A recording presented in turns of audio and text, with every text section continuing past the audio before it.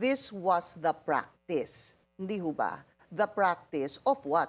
Of the previous administration, of the ex-congressman. Would that still be accurate, sir? Yes. Okay. So, who is the ex-congressman?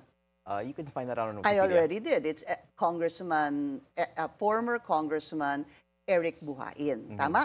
Siya po. Kasi it's an easy fact check.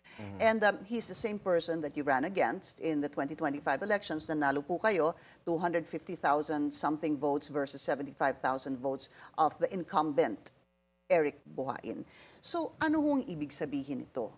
Kasi pag sinasabi niyong they're so comfortable, number one, are you saying that how much is the percent, sir, that this DE is saying, district engineer?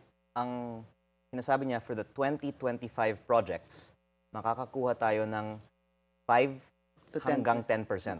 Okay. Sa 2025. Projects that were already awarded. And ang sinasabi ng iba ay para sa mga bagong projects pag tinatawagang horizontal roads, flood control, 15 to 20%.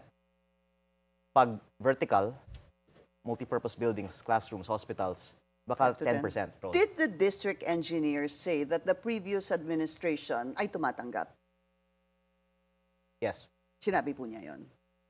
Actually, he said, in almost sweeping terms, lahat ng mga projects ay meron. Meron. Sinabi po niya si congressman. Yes, siya daw ang pumipili ng mga contractors. The big fish really here is the district representative. Si district engineer, sinabi ho diretso sa inyo na si dating congressman ay merong kickback. Meron. Sinabi lang meron. Hindi po ginagamit yung salitang May 10 to 20%. may 10 to 20%. Yun yung kanyang mga salita. May 10 to 20% si dating congressman. Okay.